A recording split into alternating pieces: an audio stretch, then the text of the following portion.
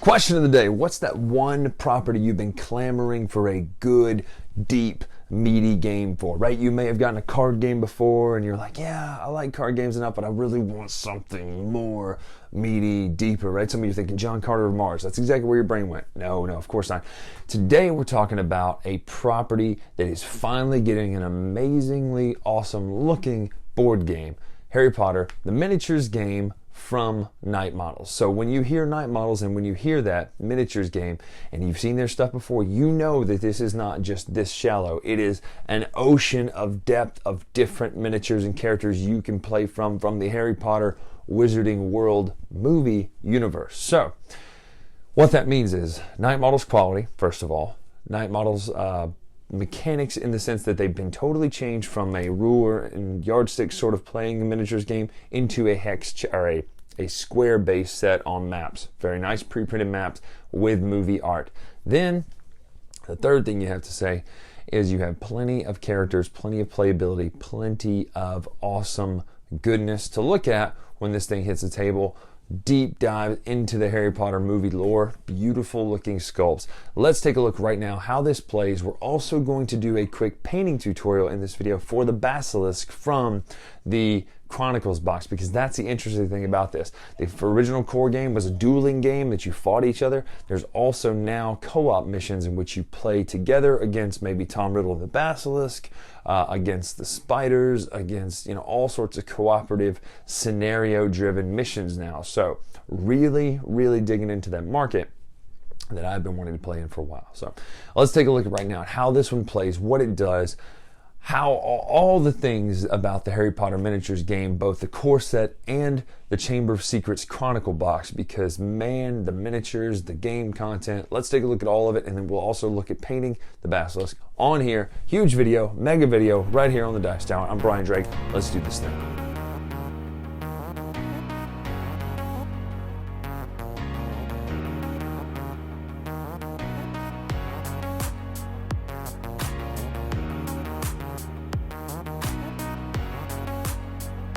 Alright, so let's take a look at what comes with the Harry Potter Miniatures Adventure game, both the core set and the Chamber of Secrets Chronicle box. But you have to have the core set to play the Chronicle box, but not vice versa. So inside of here you're going to get some miniatures, some tokens, some dice. I will say one thing that boggles me, in the instruction booklet it shows custom dice, whereas these are just regular 6-sided dice that came with it. The 6s matter, so if you have any cool custom dice, like I have these HeroClix dice here that have Dark Phoenix symbols on the 6s.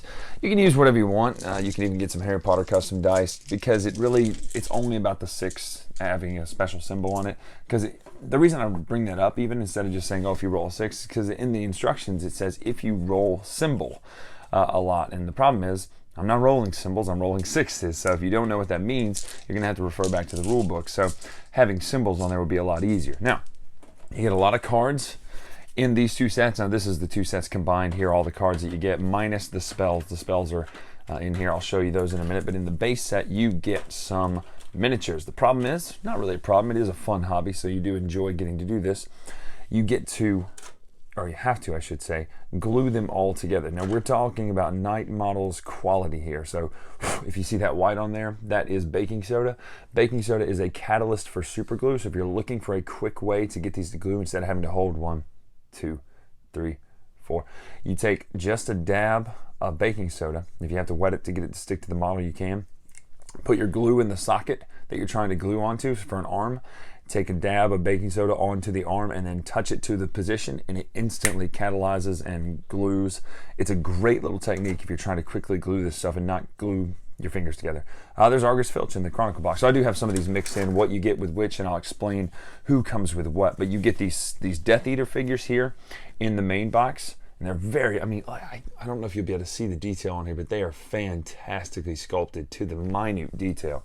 You get the Death Eaters with the core box, and then over here in the Chronicle box you get some different figures. Now again, some of these ones are mixed in between the two, but I'm explaining which ones come with which. You get also more maps, and we'll talk about all this in a minute, but I really want you to see which figures you get.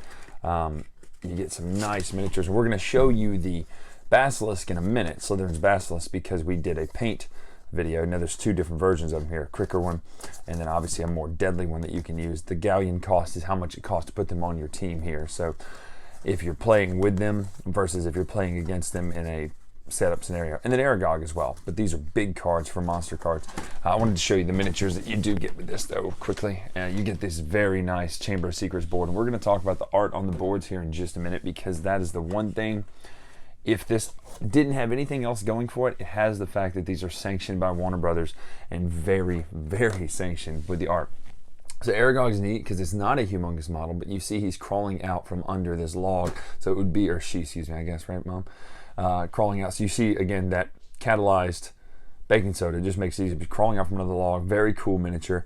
And then you also have things like Fox in the Chronicle box. But back to the main set, you get Harry, Ron, and Hermione. This is great. The sculpts for them are so, so cool for Harry, Ron, and Hermione. Where's Hermione? I wanted to show you hers. Hers is very good. They've kind of got this cool thing where she's reading a spell book and her scarf's going around her. Very, very cool looking. There's Harry in an action pose. I mean, these things are so detailed that I'm pretty sure he has a scar on his forehead. There's no way this camera's going to pick up that detail. But man, they're incredibly detailed. Harry, Ron, Hermione. You get Tom Riddle when it comes to the expansion. You get Moaning Myrtle when it comes to the expansion. So a lot of great fun opportunities to paint. Dobby comes in the Chronicle box. So think about anybody who was in the second book or second movie. That's going to be who you get in the Chronicle box versus the original series or the original movie. You're going to get those in the base set. So Death Eaters, Harry, Ron, Hermione, that comes in the base set. And then anything else from the Chamber of Secrets is going to be in the Chamber of Secrets. It is the easiest way to explain that. Now, you get the figures, you get the miniatures, and you get their cards for how to play them. Now, you've seen when I did the Dumbledore one, what that looks like. Here are some of the figure cards right here. You have Harry, Ron, and Hermione. Now, just to break it down, they all have certain traits, certain things on them. So traits down here, these are the galleon cost, how much it costs to play this character. These traits mean very important things, by the way. And so much so that if you miss it, you're going to think, wow, they're very underpowered just from that one word, apprentice, alone. Because that allows you to spend a free PowerPoint for free on your turn. I know that was a bit redundant. Harry comes with Expecto Patronum. Ron comes with Confundo on their card already. These are spells that you can have. You also have these spell slots down here. You see how it's kind of bordered. And then item slots up here. Harry has 2 and then 1 item. Ron has 2 items, 1 spell. Obviously kind of very strategic and thematic. Now the one gripe I have, there is a broomstick trait that allows you to ride a broomstick. They do not have that trait for some reason. I'm assuming there's a Harry Potter figure that does elsewhere. Your mastery, your defense, and your cunning, these are things that give you how many power points you have for your team, including in a co-op game. So you mix everybody together, or you add everybody up. So you have, with Harry, Ron, and Hermione, I think it's 2, 1, 2, so you would get 5.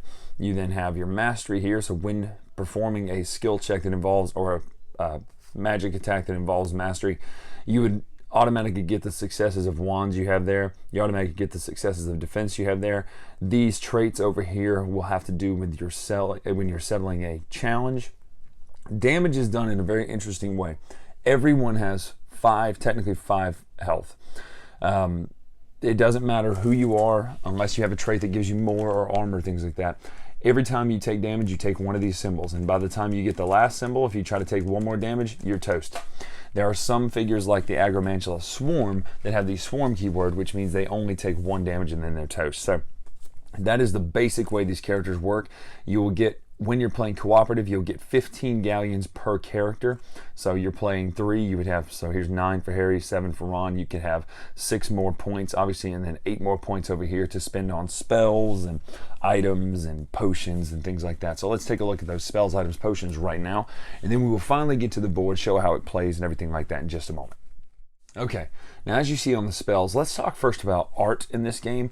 Everything is done like the Marauders map, and it looks so good.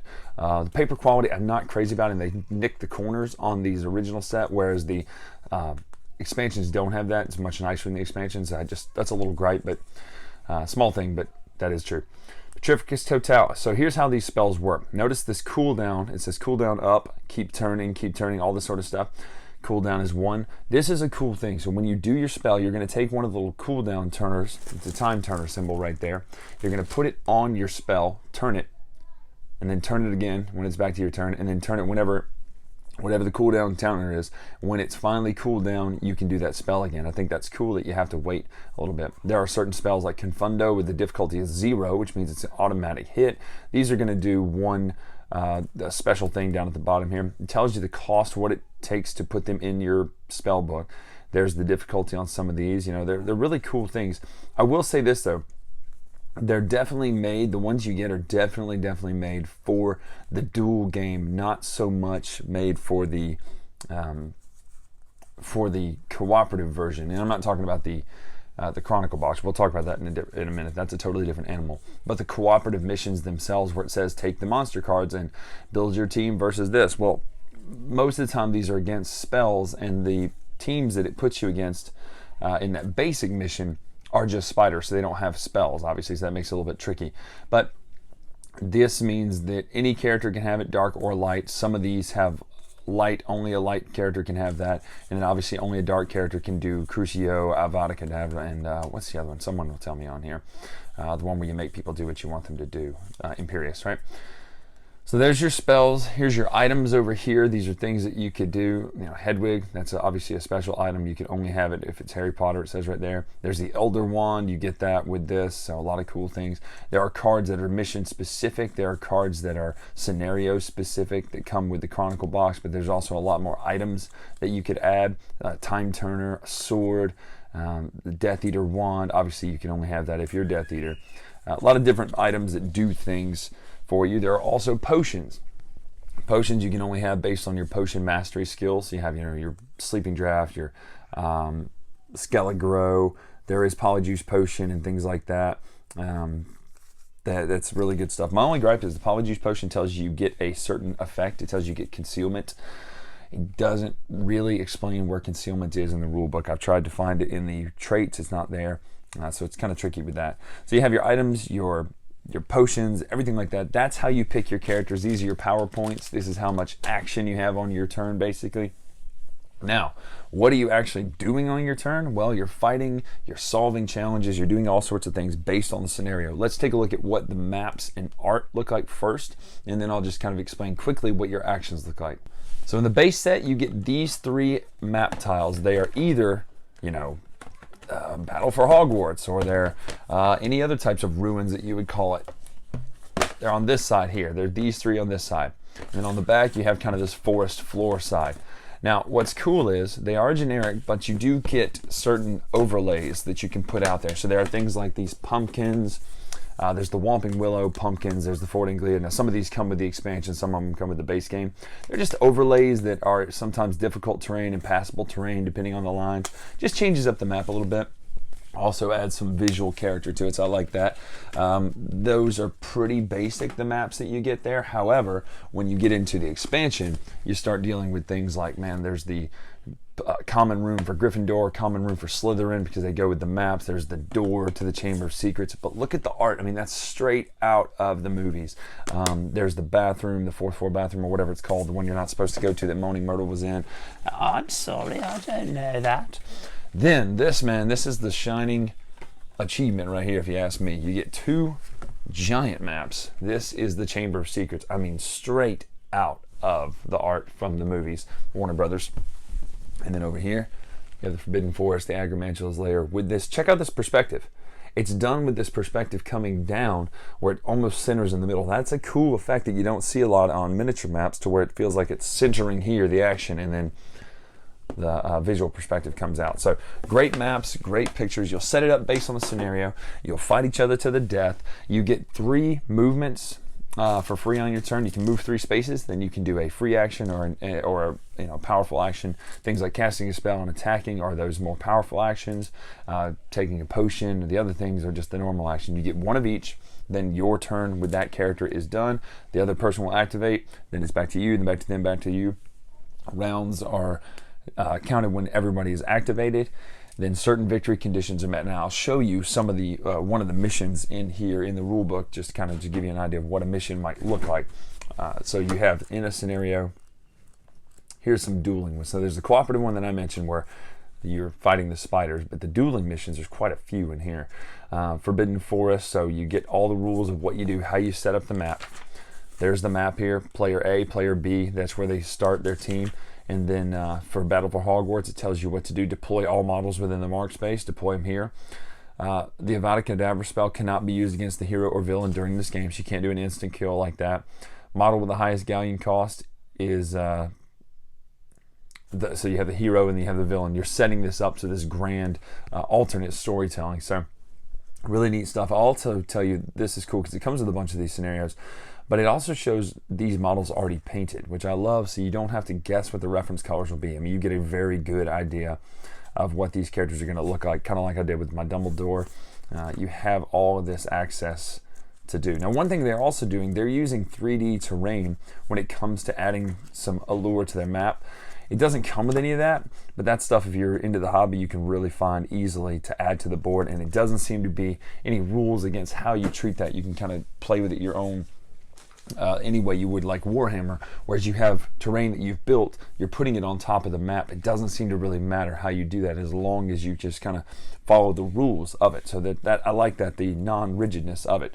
That is how you play the game. You do get the miniatures it comes with, but there are also tokens. There are tons and tons and tons of expansions. Villain cards are the exact same way, by the way. There's nothing special about a villain card that makes it different other than the back has Beast, Death Eater, or sometimes Beast Hogwarts character. So that would be like Fox, the Phoenix and stuff like that. Treasure cards, scenario cards, a lot to talk about. A lot of little rules, a lot of little traits and things like that you would need to know when you actually sit down and play the game. But for the most part, it's easy to get into. It's easy to learn. The rule book is a little hard because there is no index. You can't like flip, oh, here's this, and boom. It's just a little tricky with that, but it is nice. The shape of it's nice. The quality of the rule book's nice. For the most part, everything is in here easily laid out how you want to see it. So for a miniatures game, it's easy to dive into, and what a fantastic world. That's that 3D terrain I was talking about. So you can make some yourself, put it on the board, really spruce up your game a little bit. I like the scenarios in which you're doing stuff more than which you're fighting. I think those are cooler because it really fits the character of Harry Potter. Very rare did you see Harry, Ron, and Hermione just go across the map and start shooting Death Eaters. You typically have them, sneaking around trying to solve something before, bad things happen. But that is Harry Potter, the miniatures game, how it plays, everything like that. I'm going to finish up the tutorial with the Basilisk, and then we're going to give you final thoughts on everything here right now. I knew I would forget something. Chronicles in the Chronicle book. So this plays totally different. It gives you ideas for how to do random movement. You'll roll for things like Dobby or the Basilisk, which you've seen, right? Amazing looking. There's new rules as far as how you do the Chronicle scenario, so you have to actually play them in order to unlock experience points to move on to the next scenario. There are Chamber of Secrets Chronicle deck, so these deck obviously has to do with the Chamber of Secrets. I'm assuming there will be more Chronicles as more books come out with this. It tells you specifically how to play them, but here's what's weird. So this mission, you play as the Ford Anglia, that's it. Like, you don't play as Harry, Ron, and Hermione, you play as them. This one, you're sneaking around as Ginny. You're literally playing through the whole story, in which this is not an action-packed story, it's more of a mystery. But at the end, you also get some dueling scenarios with a lot of special rules here, which is nice, that you get all of these dueling scenarios with special rules that you can change and add to the game. Really good stuff, right? So the Chronicle book is neat, but it is weird that it's meant to be co-op, yet it probably plays better solo because you have so many missions in which you're playing as just Harry or just the Ford or things like that. So unless you really just want to play this with a group together and enjoy the time of making those decisions together, really probably plays best solo on some of those missions. But the Chronicle box is so worth it just because of who all and what all you get to add to your game. You get so many extra miniatures as well as so many extra cards and things like that that are useful elsewhere. So it's worth it just for that, not to mention the map and terrain and scenarios. But the Chronicle mode is cool because you're playing straight through the game, like the movie. This technique is called zenithal highlights. Basically, you're going to highlight mimicking the way the sun would hit an item. So we're going to start with black, and we're going to do a 45-degree angle of gray, and then a 90-degree angle of white.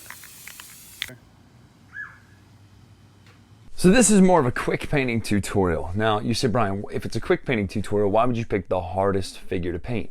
Well, that's what's interesting. When you're talking about miniatures, The bigger something is, sometimes, and most of the time for me in my case, the easier it is to paint, because there's a lot more you can get away with on the bigger details. Now here's what I'm talking about. We're going to be using a technique called wet blending today. It's one of the best techniques for quickly getting a gradient of colors. Now, a gradient, just in case we're just starting at base level 1, is when you go from, let's say, a blue to a yellow. Well, if you go from a blue to a yellow and you just paint one strip of blue and then one strip of yellow, there's a harsh line in between. However, if you create a gradient from blue to this color yellow by slowly changing the color across the middle here to where this blue just naturally bleeds into this yellow and becomes the yellow, you kind of lose track of where the actual change occurs, and you get more of a gradient of where this blue becomes this yellow. What does that have to do with anything? Well, we're doing wet blending today when it comes to the basilisk. So we're going to get these colors here. I chose some nice colors. Now you can see reference in the instruction book, but I chose colors that really match the basilisk kind of natural colors already. So a Castellan green from Games Workshop. You can do whatever you want, just as long as it kind of, as you do whatever colors you want, but these are the colors I chose. So Castellan green, and I think I took a lighter greenish tan, and then Screaming Skull is the last one. And then I kind of made little mixtures of between them. So if it's 3 paints, I technically came up with 5 colors. So the 1, the 2, the 3, and then 1.5, 2.5. If that makes any sense, by mixing these two to make the ones in the middle. So what you do is you put your paint on kind of lightly, water it down to where you get a nice consistency, not too wet where it stays on the painting. It's something you're going to have to feel out. There's no way to just tell you. You're going to have to feel it out. Put the coat of the dark on is what I did first. Put the coat of the dark across the back, across the spine where it would be the darkest of his skin, like a snake, right? Put the dark on, and then while that paint is still wet, take the next color, whether that be a full middle color, or if you're going to do the blended thing of 5 different colors essentially, take that one and then just paint it right on the area that would be that color, and then take your brush and drag one of the 2, whichever one you want to show up more, into the other color. So if you're dragging the light into the dark, you're going to spread that up. Now what happens is, as soon as these 2 wet paints mix, if you take your paintbrush and do it carefully, you're going to get a natural gradation, much like serpent skin. You'll do the same thing with the 3rd color. You'll put it right down the middle strip where it'd be the lightest, like a snake, and then drag that color into the middle one. So you go from dark to middle to light in a natural gradation that looks like a snake, as opposed to strips of dark green, strips of light green, strips of really light. It's all about gradation. So that technique over the entire body of the serpent is what I did. It's so easy, it's such a friendly technique. It's a very forgiving technique too. So if you mess up, you can just go back over with the color that you want to add in there more.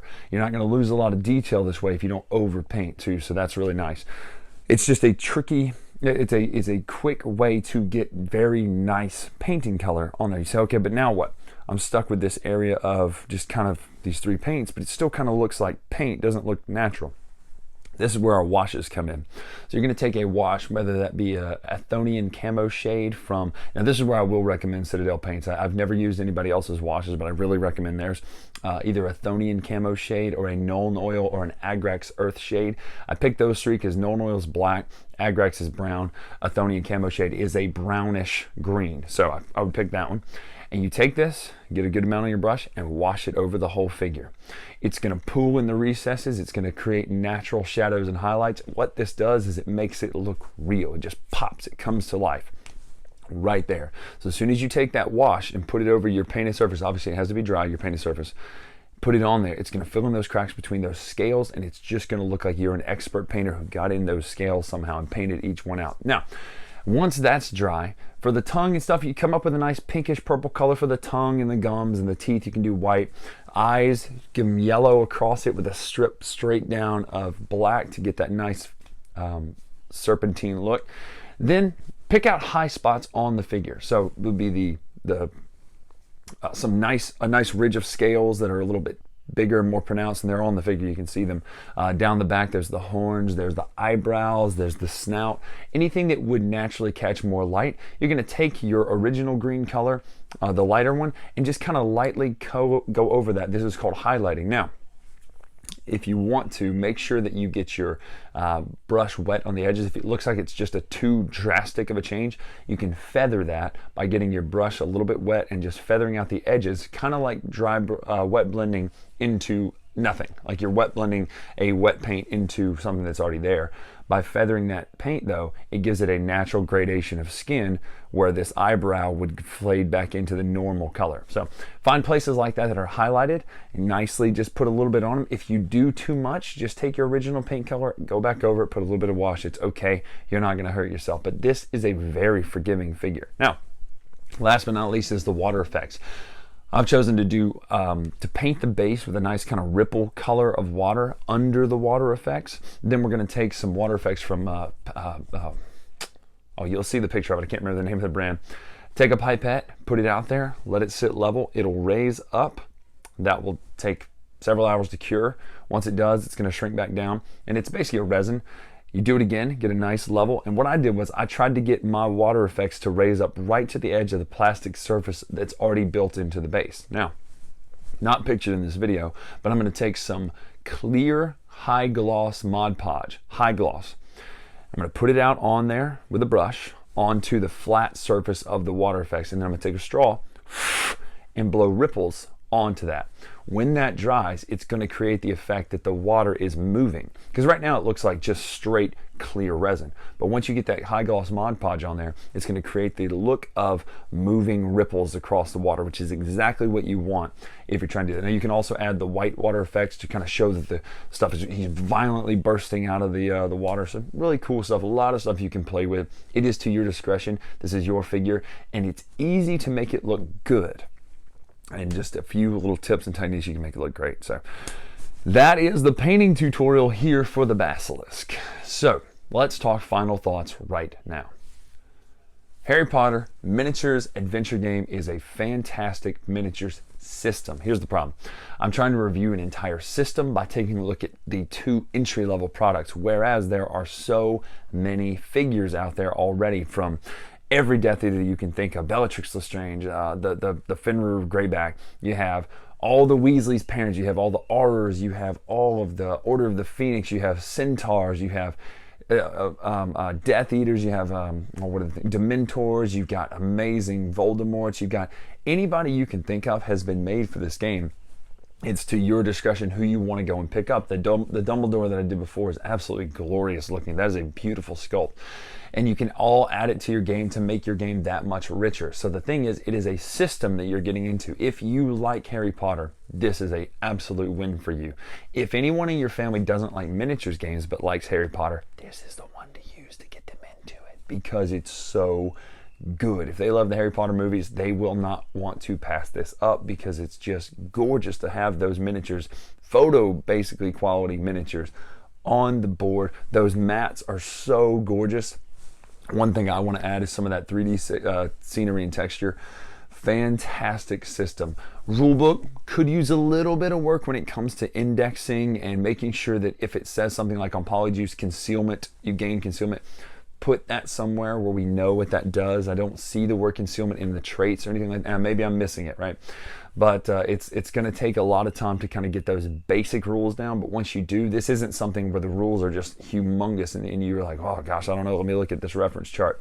They're basic rules and they're pretty simple, and they do take care of a lot of the issues that you think might come up, whether it be having the swarm trait where a swarm character only takes 1 damage to kill it, things like that. I really like the way this system is done.